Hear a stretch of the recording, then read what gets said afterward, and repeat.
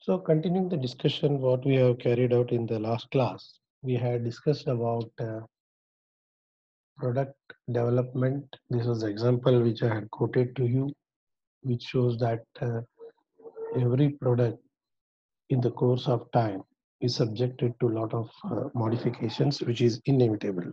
Any product you can take, it also has to undergo the modification. So the concept is the new product design and product development are a continuous process which are regularly undertaken in every industry.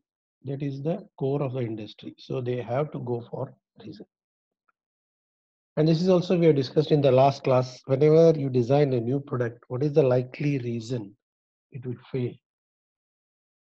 Some of the reasons which we have listed is maybe because of overestimation of the market, the design may be poor, or the pricing may not be correct, the launch of the product may be wrong, and the competition in that field may be severe. These are some of the reasons why, if at all the product fails, what is the reason? See, product fails means, as you've seen in product life cycle, every product is introduced, it grows, matures, and declines. If the product fails initially, then there is no question of growth and maturity stage.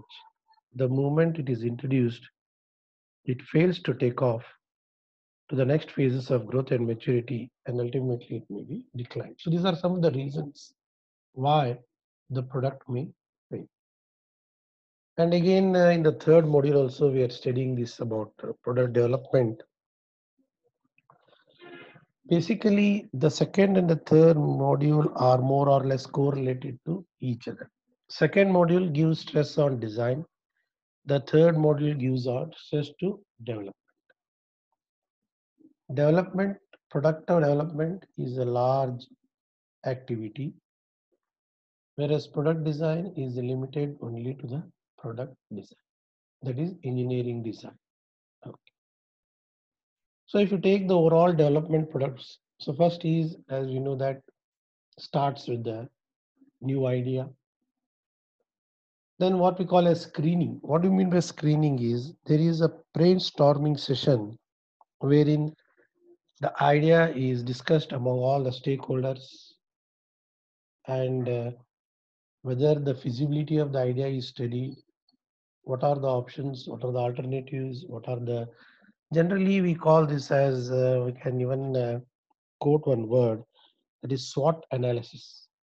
Here the organization strength, weakness, what are the opportunities, threats are discussed in detail, that is specific to the organization, and then after all the session the idea is approved.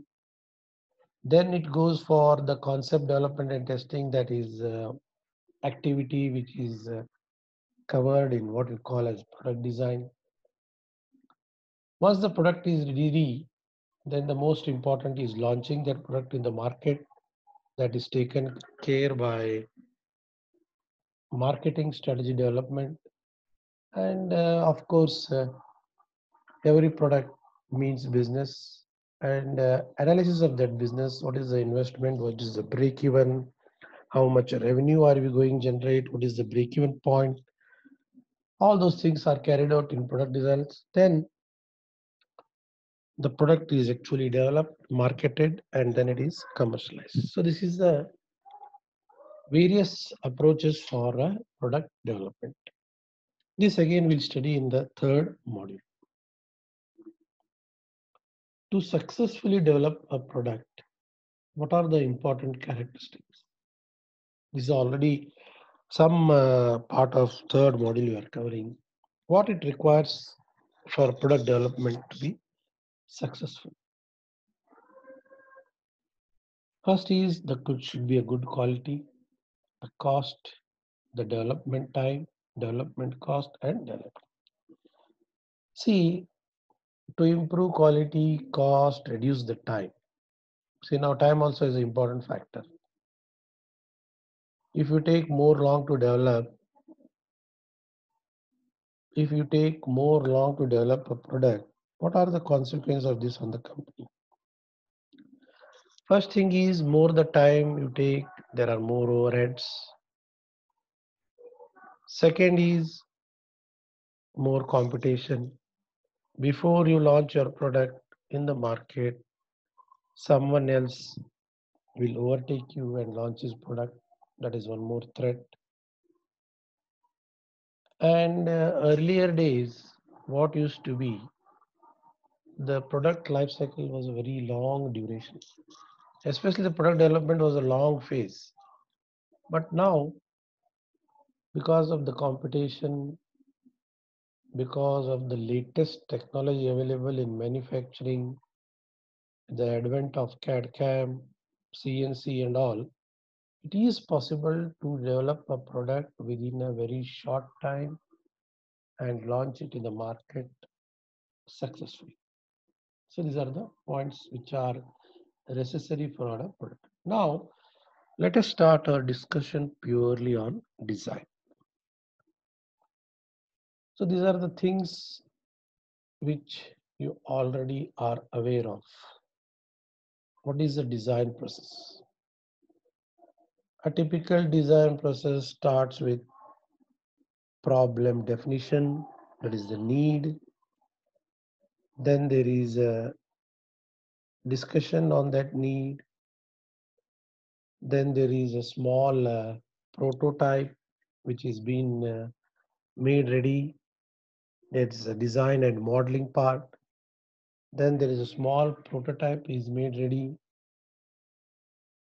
Then we are in this process, there is a lot of iteration, there is a lot of alternatives are available to you, how the product should be manufactured, what should be the material.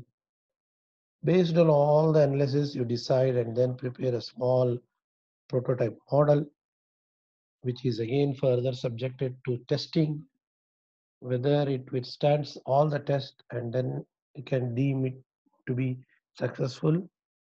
Then you launch it as a what we call as a initial pilot project. Once it is successful, then you launch it in the market, go for marketing strategy, commercialization, and etc. So, as earlier also discussed, the success of the product more or less depends on the design, because design will decide what is its